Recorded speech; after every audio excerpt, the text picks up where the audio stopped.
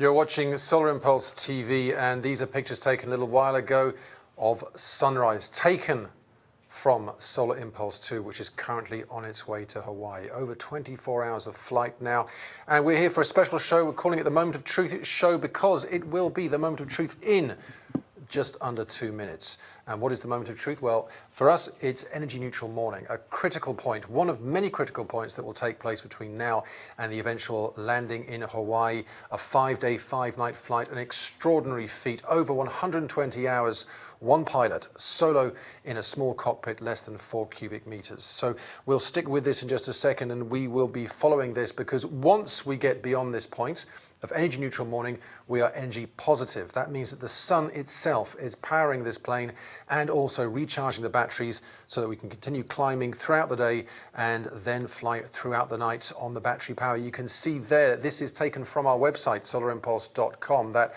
the batteries are getting pretty low right now, but we're quite happy. This is well within the norms that we're looking at, and it's all going to be fine, we think, but we won't have confirmation of that until, well, just under a minute's time. Let's just go back to that countdown now.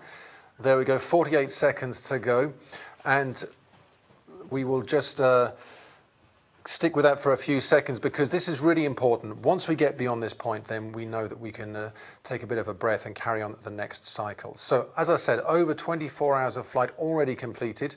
The pilot in the hot seat is André Borschberg, and he took off from Nagoya, Japan at 18:03 UTC. That's GMT for people who aren't in the aviation world on Sunday.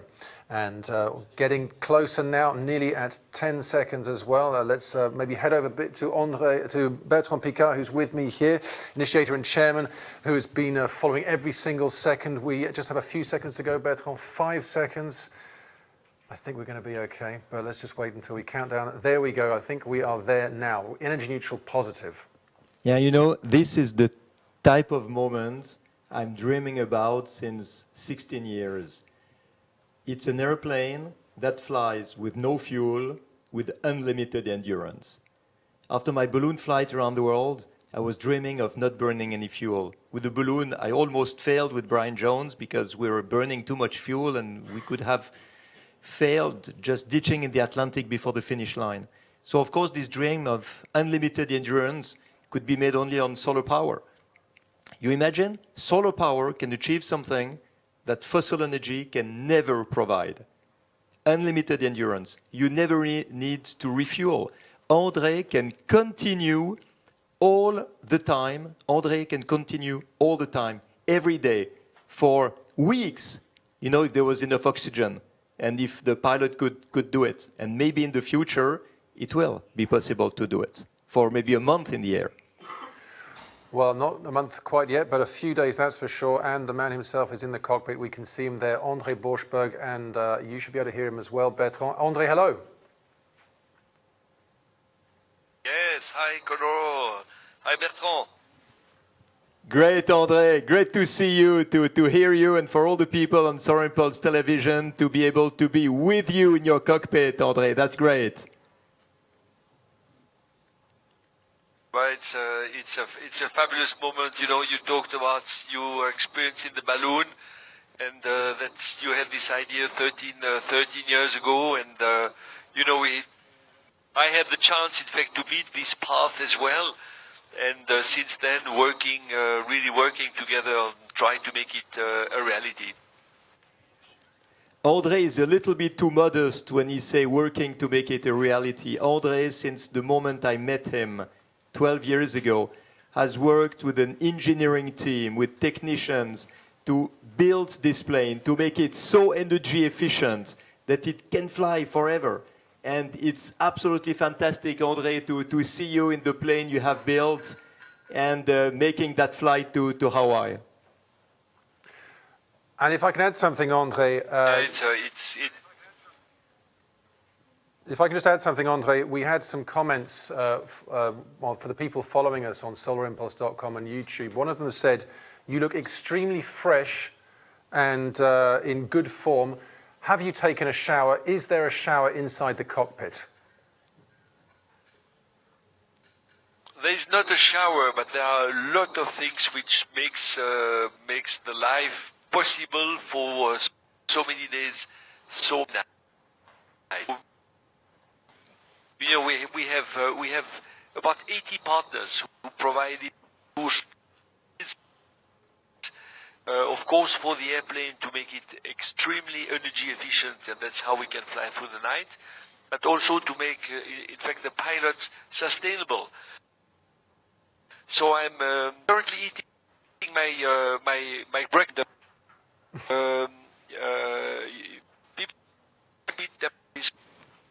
From -20 to +32, many extreme. So we worked together with the Nestle Research, Nestle Nutrition, to first develop what we need as food, but second also how to package it, how to make it good, healthy, but at the same time surviving this harsh environment. Now, we're able to speak to you, André, and see you as well, which is quite something. It's a great treat for us, and Bertrand as well, to be able to have this constant contact with you throughout the flight. And this is also thanks to one of our partners. Yes, of course. I mean, communication is essential. We can talk now, but communication all the time with the Monaco. The entire night, supervising the airplane also when I'm resting, when I try to sleep, and we needed something which was very light, efficient, and also extremely reliable, and we proposed it to go, and it was it was reducing the weight by 50%, by half compared to what you could find on the market, and they said we take the challenge, and they did it. And that's what we're using today, and that's what makes the flight possible, because I'm blind.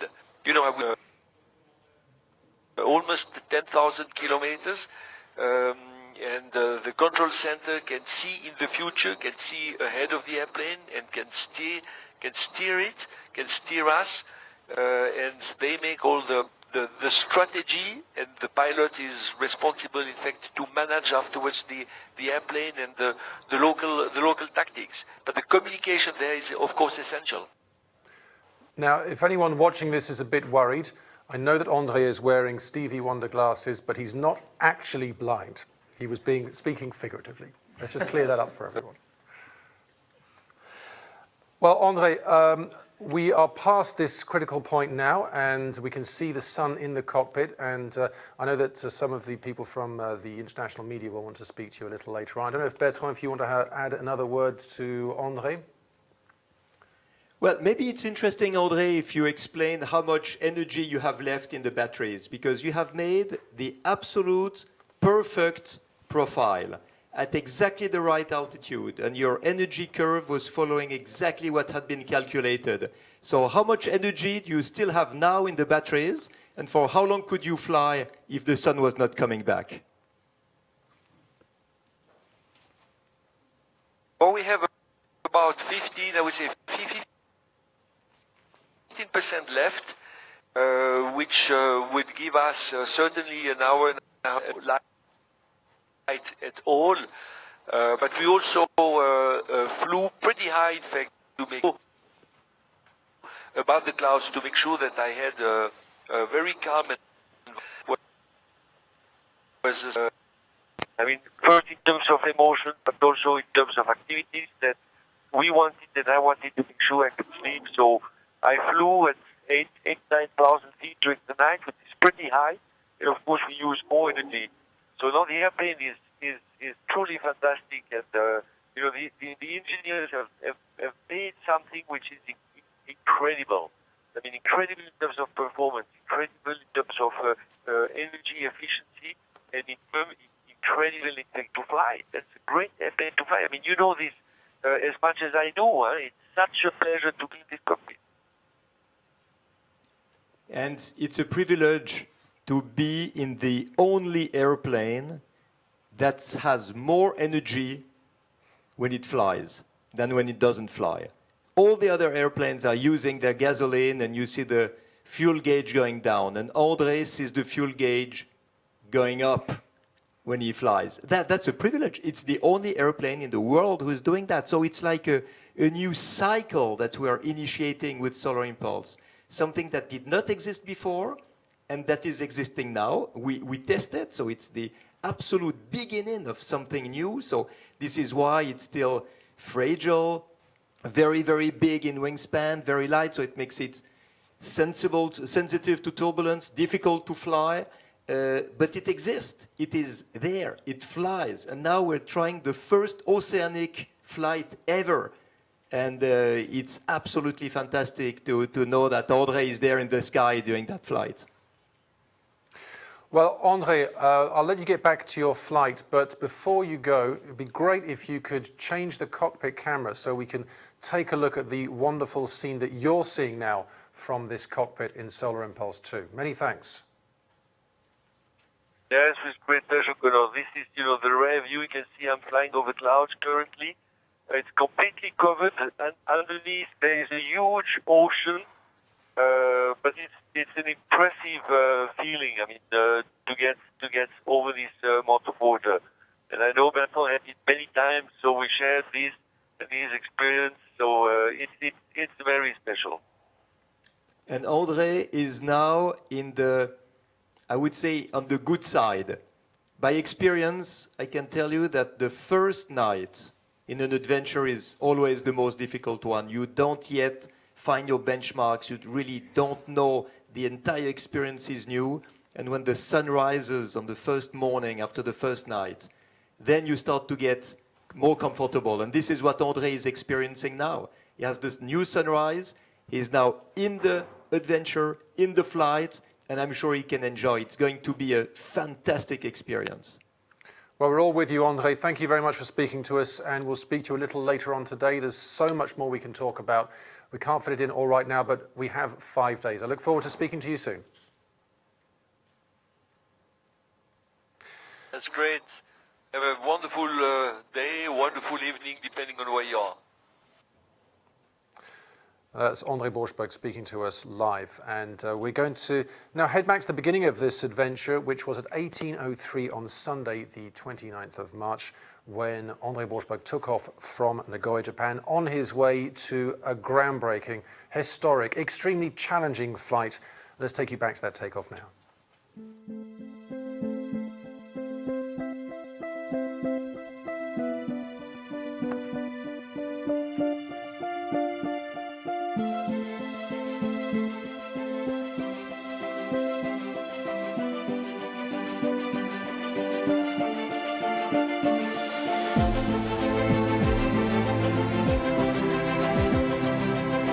A 44-hour flight gave an indication that we should be able to manage, that we can fly through the night, that the airplane has a good performance.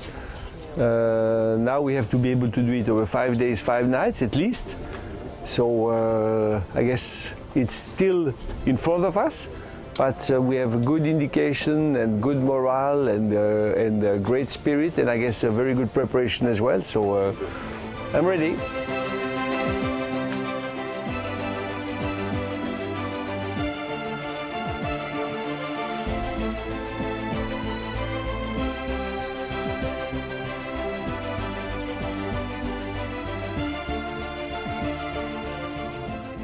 Okay, André, we made a lot of emotional speeches for the first 2 attempts to go to Hawaii. Now we make it a little bit more sober, and the circumstances just push us to say that we all support you, André, from all our heart. We wish you all the best, an absolutely great flight.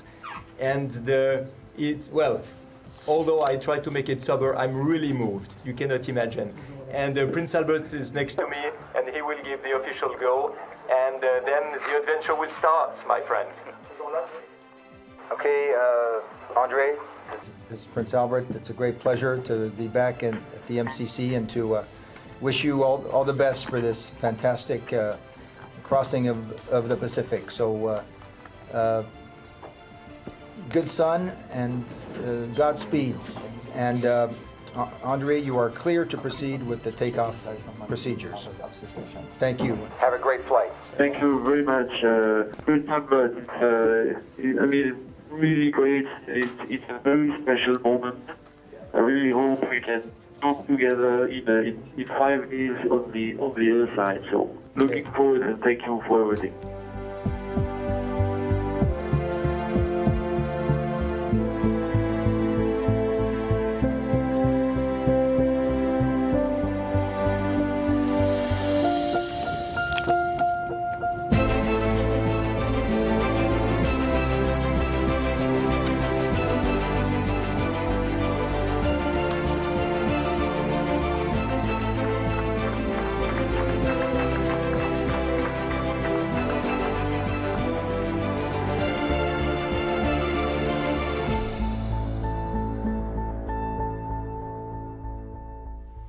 And finishing off with the mobile hangar, which was Solar Impulse's home at Nagoya Airport for quite some time now, all deflated and packed up. And the team are waiting for their go to leave for Hawaii to welcome André Borschberg when he lands after this 5-day flight. Very lucky to have Bertrand Piccard still with me now, and we've had a few questions coming in. Many people watching us on YouTube. One question was, Bertrand, you signed your book when I was 10 for the balloon around the world flight. Will you sign the next one for me? Of course, you know, it touches me so much when children have followed my flight around the world in the balloon, and now they follow this flight with Solar Impulse because maybe they have been inspired by adventure and exploration when they were younger. So of course, send me your book, I'll sign it. Or come to see us in Monaco, in Hawaii, in America. I don't know where you write from, but of course I like to sign it. Come on, Cyril, you can come over and see us here at the Monaco Mission Control. Now, we had a question from Nathik, as he's calling himself on YouTube. Were you worried that the plane would be too damaged to continue on this round-the-world flight? Yes. And André and all our team, we were worried. So when André landed in Nagoya, the plane was soaked, a lot of rain, an aileron was damaged, and the engineering team worked day and night to repair it. But then we had to test the plane. And this is what we had to do before the point of non-return. And as soon as André was in the air, there has been a few technical issues on the electrical system, not related to the rain we had, but related, I don't know to what. We will understand later on. So there was the concern, should we go back to Nagoya or continue to Hawaii? And André and I had a long discussion together, and we have the overall responsibility of this project. And we considered it was safer to continue to Hawaii than to go back to Nagoya, where it's now the rain season, very cloudy, dangerous for the airplane, and we decided to continue. But it was a long night of discussions and decisions, and for André it was difficult because it prevented him also to relax and to sleep during the little naps of 20 minutes during the first night. So it was a difficult moment. Well, you've already had a reply to that wonderful response saying we will follow any of your adventures. There you go. That's, I think, a sentiment said by many of the people who follow us. And do keep... So you know what? If people would like to follow our adventure, I think it's fantastic because they have a very practical way to do it. They can rely as much as possible to clean technology to save energy. You know, insulate their home, drive hybrid cars, put LED lamps, all these type of things, you know, that make life with less energy consumption, less CO2 emissions. This is the adventure of the 21st century. So with Solar Impulse, we push it to the ultimate application, but everybody can do it in his own life. That's a way to participate to our adventure. And that's why you launched Future is Clean as well. We'll be talking about that a little later on in the show, where we are now with the Future is Clean and our Paper Planes initiative, and we'll come back to that, Bertrand, as well, before the end of this Energy Neutral morning show. We were talking a lot about the cockpit with André Borschberg, who we spoke to live a short while ago, and we've put together a video to give you more information about this extraordinary cockpit in this extraordinary plane. Let's take a look now at our Discover series, looking at the cockpit. The single-seater cockpit has a volume of just 3.8 cubic meters and temperatures ranging from plus 40 degrees to minus 20 degrees Celsius. The cockpit of Solar Impulse is designed around the requirements of the longest flight, set to take 5 days and 5 nights across the Pacific. Within the cockpit are the flying controls, the flight display screens, the single seats and the food supply for the pilot. Due to weight restrictions, the cockpit is not pressurized, and so there's also a complete oxygen supply and backup system to allow the pilot to breathe above 3,000 meters. In order to protect the pilot from the extreme cold temperatures at maximum altitude, the cockpit shell is made of high-density thermal insulation, developed by biomaterial science. At 8,500 meters above sea level, the air temperature can be as low as -40 degrees, and with this insulation, the cockpit temperature shouldn't drop below -20 degrees, the pilot still needing specific clothing to protect him at these temperatures. The cockpit's easy to use because it's designed in an ergonomic manner. Everything's within reach. It offers him the possibility to be in the flight position and have access to all of the controls. And it also offers him the flexibility to return into a resting position and be comfortable within the cockpit. The pilot can take any position from the flight position, which is 90 degrees, and allows him to control the airplane, and recline the seat all the way down to 180 degrees, where he can take the resting position. And he can also take any position in between if he wants to relax, monitor the controls. And the many positions allow him to do flight, relax, or to do exercise, resting, and to access the more difficult to reach areas within the cockpit. The pilot's seat was developed by Lantal Textiles, including both ergonomic functions, such as an inflatable cushion to give the pilot back support, and safety functions, including a built-in parachute and life raft. Below the seat is a toilet that consists of removable bags, giving the pilot some level of relief during the long stages of flight. The plane is designed in a way that, as André says, he designed his seat in a way that he can, as big as his yoga mat. So for yoga, one of the good things is that all you need is yourself and the space.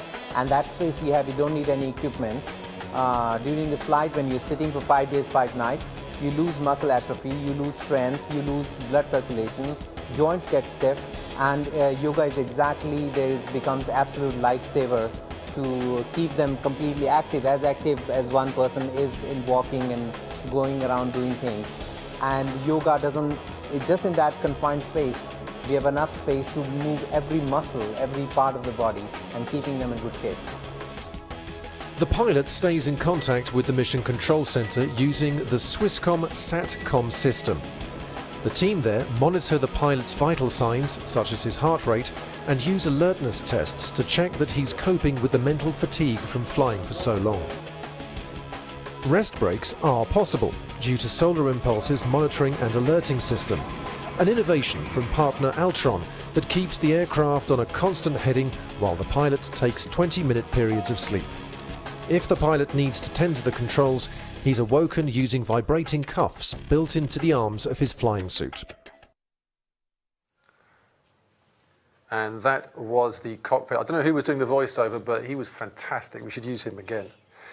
And Michi Anger is with me now, flight director of the day. And we're going to take a look now at where we are. Go back to the whole point of this show. We've been talking about so many things over the last few minutes, but let's get back to where we are now. The energy neutral morning. We are energy neutral positive, is that right? That's correct, Conor. That's wonderful. First morning, so I've checked. That's cool. Okay, let's take a look now. We have some of the tools that you use, some of the graphs you use. Let's start with this one because this is our overall flight path from day 1 to day 5. We are now over 24 hours into the flight and we've gone through a full first cycle. So take me through what's coming next. Now, I've explained before what these blocks mean. The blocks mean clouds. Clouds are bad, so we stay above them here. And at the end of the day, at night, we have some here. Now, Sol 3, we can see some clouds here. Is this worrying or is this something that you can deal with? Well, this is one model showing signs of clouds. This is GFS model, signs of clouds at a high altitude, cirrus clouds, and these are low altitude clouds, and there's another layer we see here is medium level clouds. But it's signs of, so that actually our meteorologist checks these clouds if they're really there. Here, for example, on solar day 3, we don't have this cirrus clouds. It's just a pure artifact in the model of GFS. But every model has its difficulties. So it's nothing to worry about, but it's definitely an indicator where we could have problems in the morning, like today. We have cirrus chasing us. We can see it also on the outside view of André from the tail camera, that on the left side in the north that the sky is a bit more blur, and we have cirrus there. chasing us because they're higher and they're moving faster than us at the moment. Now, André said that he was blind and how he relies on you here at Monaco Mission Control. But one advantage he does have is he can literally see what's in front of him. And does he often relay back to you a difference between what you're telling him and what he's seeing, or are you more or less aligned?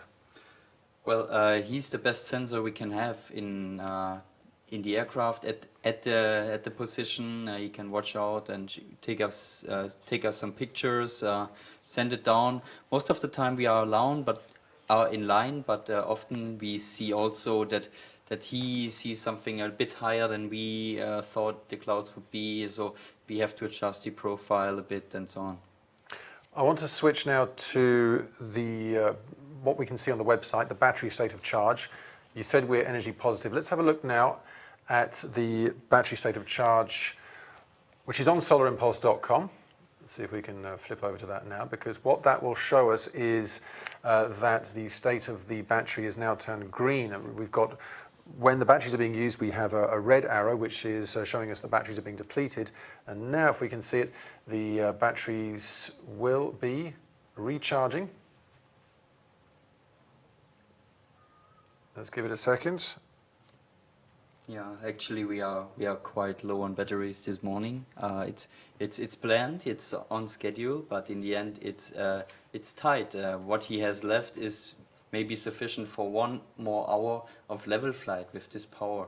So here we see the batteries, the 4 batteries. Here we see 20, 18, 15, 16%, which is not a lot if you have clouds at the horizon. And this is another thing. I mean, in previous tests with the battery, you've never gone below 30%. So we can see here now we've got one down to 15%. At what point do you start getting a bit worried? Is it around 15 or even lower? Oh, well, there was... You're worried already. People were sweating, especially because we have this cirrus clouds behind us, being faster than us. But actually, as we see now, we have a flat curve going now to the upward side. So going to green, charging. We are very happy now to having survived officially this first night cycle. And as you can see, we're in mode 2, and this means that the sun is now doing all the work. This is a great graphic as well. We can see now the sun powering the solar cells, creating power for the engines and also charging the batteries here. So the sun is really doing all the work. That's what this plane was built to do, fly day and night using only solar power. And it's the only plane in the world which is capable of doing that. Well, let's just go back now to where we are now. Let's get more of a view of what's happening over the next 12 hours or so. If we can have a look now at the Sol 1, Sol 2 graph, which will show us what we can expect. Here we are. Now, we are, with all these timings, Mickey, are in UTC, which is GMT. So exactly. We are now at here. So there we go, just past this line representing energy neutral morning. So we've gone past that now. So what's going to be happening next? Yeah, for the moment we are remaining at, yeah, the graph is not the most actual one, but we are remaining at flight level 60, flying level, and flight level 60, just explain, that means 6,000 meters. 6,000 feet. Feet, sorry, 6,000 feet. But later on we will slowly climb. But for the moment we remain at that low altitude. We do charging of the batteries, and then low altitude because it gives time for the pilot to have his breakfast, rest. It's much more convenient and comfortable at low altitude to fly there instead of high altitude and cold temperatures. And of course, with the air being dense, you're using less energy, which is again a good thing. Exactly, that's more efficient in that sense as well. And there's one more map that we want to show people, because I think this explains extremely well the difficulties of getting this plane from one part of the world to the other. First of all, the flight plan. There's Nagoya in Japan. There's Hawaii. As you can see, it's completely impossible to go as the crow flies. We have to take this rather circuitous route up and then down. Now, that's adding a lot of time to the flight plan. But time is really not your enemy, is it? It's not time. It's more about weather. It's about weather and energy. So first priority is energy in this flight. Time comes by itself because we have a more or less fixed optimum speed of 25 knots. I have to correct you a bit. It's not Nagoya. The start was a bit more to the west there. It's the actual point where we are. So this blue spot here is the the altitude where we are still low, and then when it turns into yellow and red, we are climbing to flight level 280, 28,000 feet, on this Solar Day 2, which you can see here. Actually, we are changing the route a bit to further go towards the east first and then turn towards the north, because we expect better winds, supporting winds now by flying east and then to the north instead of going to the north. And as I said, we are chased by Cyrus from the north, so we want to avoid that as well. So this is just a plus. Basically, the weather improved on that day. And we have an animation as well, which has been put together by our partner Bertrand, which we can show you now. And this is a wonderful video with a little green dot, which represents Solar Impulse 2. There it is, taking off from Nagoya. Look at all that cloud there that it has to get past. So just skimming the cloud there, waiting for the conditions to allow it to continue. And they're speeding along. Waiting again, see there's a front there. Now the front is thinning, crossing the front here. It's all looking good for now. Let's get a look at these clouds here. Yeah, there's a second feature close to Hawaii. And then holding. There he is, come on. Can we make it? Can we make it? Yes, we can. And heading down to Hawaii. Well, that's what we hope is going to happen. Exactly. And we're still confident so far. I've heard from some of the other engineers, Michi, that it's all been going extremely well so far. Yes, André is happy, the aircraft is happy. However you can say that, yeah, it's all fine. For the moment, we're proceeding well, so we are good for this second Solar Day now, yeah. Okay, Michi, thank you very much. Michi Enger, Flight Director. We spoke to Bertrand Piccard, initiator and chairman, a little earlier, who reminded us why we're doing this. He said the 21st century is not just about exploration, it's also about why we're doing all this. And why we're doing this, it's about making sure that we pollute less, that we are more energy efficient. And he launched a platform called Future is Clean. We'll speak to one of the members of the team who's looking after that, Vincent Colgrave, in just a few seconds. But we've also set up an initiative, a challenge for you, in fact, called the Paper Planes Challenge. The idea is to get a paper plane to go around the world. Many of you have been taking part in that already, and we have the latest film for you right now.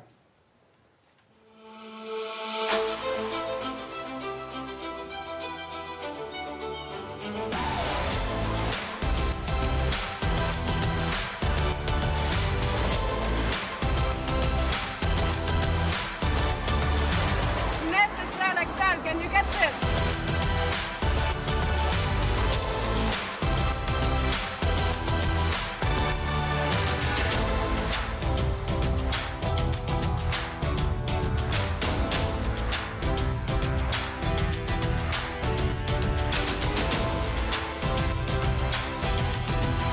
Sven, yours.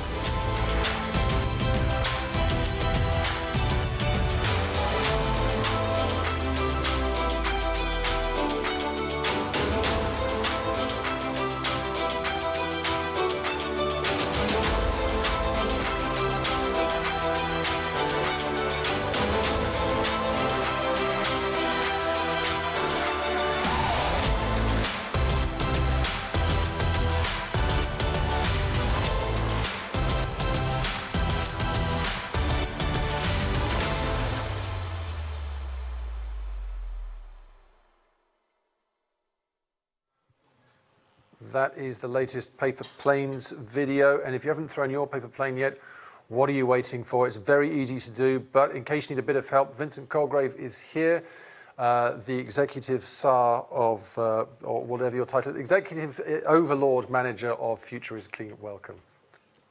Hello, Conor. It's been a while. Good to see you again. Lots of people have been throwing their paper planes.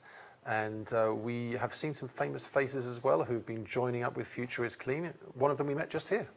Exactly. We have Sylvia Earle that just joined. She came here on Saturday, if memory is good. And she stayed a couple of hours and she discussed with Bertrand. It was like really a nice visit. And she's backing the movement. And we're really excited to see what will come up with that. She is quite something. Sylvia Earle has done some amazing things. Tell us a bit more about, for those who don't know Sylvia Earle, because she's a really extraordinary person. Yes, she's an oceanographer. She spent all her life trying to protect the oceans and get more information what's going on with them. And one interesting fact is that she used to work a lot with Jacques Picard, Bertrand Picard's father. So there is like a huge link between them. So it's interesting to see that exploration is coming from the father to Bertrand, and that we are going even today with what happened during the last 30 years. And a very inspiring person in her 80s and still diving to this day. And about paper planes, well, our cartoonist Martin, our resident Solar Impulse cartoonist, put together a film which should make it really simple for anyone to take part, do you think? Exactly. We received a lot of questions from people. How do I shoot a paper plane video? So we're like, okay, we need to create something simple to answer this question. So hopefully it should. Well, let's see.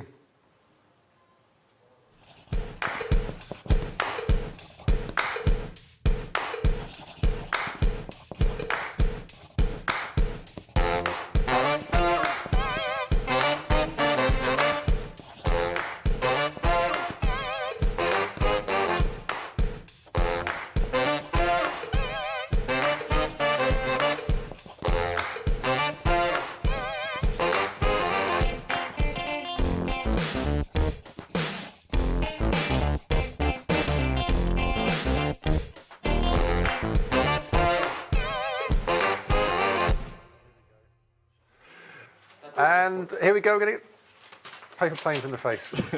Right, there you go. They missed. They haven't quite understood, have they? That was rubbish, by the way. You can do better than that. That's enough. Stop it. Behave yourselves. Now they're just throwing paper at us. Now this is just abuse and violence. Thank you very much. So you can be a part of it, and you can find out more on futureisclean.org. We had a message just now on YouTube from Laurie saying that he put a clip together and they used it, and he sounded very happy. His was the one you said with the dance class in Hull in England. Exactly. It was a really nice one. It was the first one we received. We were like, wow, a lot of people. So hopefully we'll get more like this. There you go. Anything original and exciting will help. So go to futureisclean.org. Well, that's not the only reason you should go to futureisclean.org, is it, Vincent? No, because our goal is to create a huge movement from people joining all around the world. We have now 140 organizations that are backing us, and why every day more and more people sharing the message. The hashtag FutureIsClean is being used by a lot of people, so it's quite interesting to see that we are now getting into conversations about climate change and trying to see what we can concretely do for COP21. So it's evolving day after day, so I advise people to follow what we're doing. And that's why we're all here. All the things that we're doing in the air with Solar Impulse, a plane that was deemed to be impossible, has been achieved by us. You can do it on the ground. It's all about being as energy efficient as possible, stopping the waste around the world, stop using fossil fuels, because we can do so much more with renewable energy. And again, more information on futureisclean.org. Vincent, thank you very much. My pleasure. And keep the paper planes coming in. So you've been watching our Energy Neutral morning update. This is our main show of the day, and we'll be back for the next one tomorrow. In the meantime, there'll be plenty more to come. Stay with us, of course, because we're following this flight 24/7 from the beginning to the end. That's a 120-hour flight. So for me, that means a 120-hour show, which is going to be interesting. We'll see what kind of state I'm in at the end. Probably the pilot will be in a better state than me. And we'll be back now at 0 UTC for the next handover briefing, and that's our night briefing when we'll be able to get an update on what happened with the last shift. And stop throwing planes at me. And the next shift here at the Monaco Mission Control Center. So that'll be the best time to get an update on all the things that have been going on over the last 24 hours or so. Thanks very much again. Stay with us. Thanks to all the people who've been commenting on YouTube. You can also follow us via our website, solarimpulse.com.